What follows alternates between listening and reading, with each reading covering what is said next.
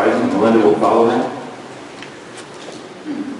Thank you very much for the opportunity to speak today. I'm Tom Rising. I started, or I was a part of the initiation of Florida Not All Board. If you guys are familiar with the website that we launched about 8 weeks ago. I was very concerned about learning what was going to happen to us, and I quickly found out that nobody knew about it, at least the people that I knew didn't know about it. So as I began to stretch out across all of the Treasure Coast area, I was reaching out trying to find somebody that already had started an organization. And what I found is that there just wasn't one. So I nominated myself. I found a great supporter, Casey Traylor, who was part of the Rivers Coalition this past summer. Very effective person. And Mr. Phil Diggs, who's already spoke. We've lost a lot of sleepless nights gathering information as much as we possibly can and try to get it out mainstream on Facebook, on the website, help people become aware, because all this information is so difficult to find and get a hold of. Fortunately, Kim Delaney's done a wonderful job and presented it here. It's helpful. People in this room are aware. Unfortunately, you spread out much further than where we are. It's very difficult. There's a couple of things I wanted to point out that hasn't been talked about. One of them is the fact that the Mariners have the right-of-way for the passage here in Stewart, and it has to be protected. There's no compromise. We can't just simply roll over and allow all over Florida to take that right-of-way from everybody here. That is, you cannot put a bridge and impede free navigation unreasonably. There's a law that holds that. So we need to start looking into this type of information and bringing this mainstream and also including it into the reports that Kim Delaney's put together. There's two items on Kim Delaney's report that I would like to add some clarification to. And she's done a wonderful job. I have not had the opportunity to speak to her about these two clarifications, but I wanted to make sure you guys are aware of it. There has not been an EIS that was done between Miami and West Palm Beach. That is an EA. It's called an environmental assessment.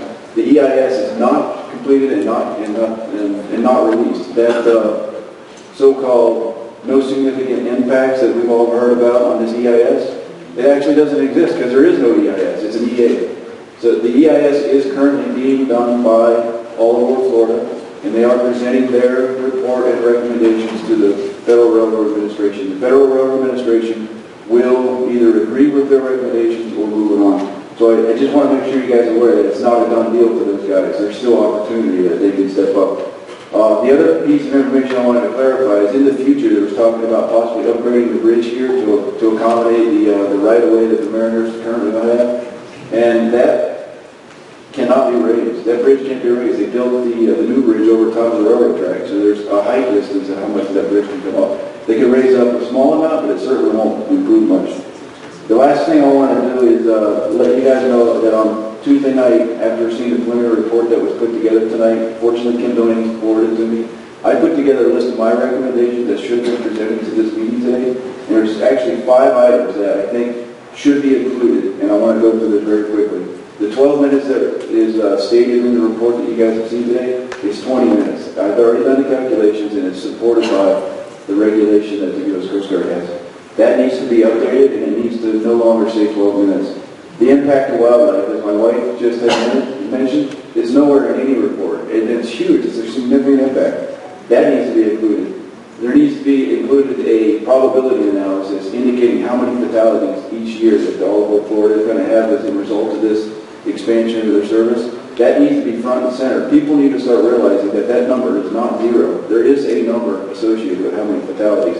Just this year, there's already been a guy killed down in West Palm Beach by palm tree, and there's also been 2 accidents in the last 3 weeks. We need to move this train. Basically, what I want to say is that the current Flagler Railroad system has reached its end of life. Its usefulness is no longer what it used to be. They need to start considering moving these tracks either to the CSX route or build new tracks where the high-speed rail can be built properly and can reach these 110 miles per hour that they're advertising, and they can quickly be able to get these passengers up and down the rail. It'll cost them more money, but in the long run, they will not be restricted by all the traffic congestions that we're talking about today. They won't be restricted by the bridge, and it's a better option for them, and it'll actually be able to improve their business in the long run. Thank you, Mr. Wright. Thank you. Appreciate it.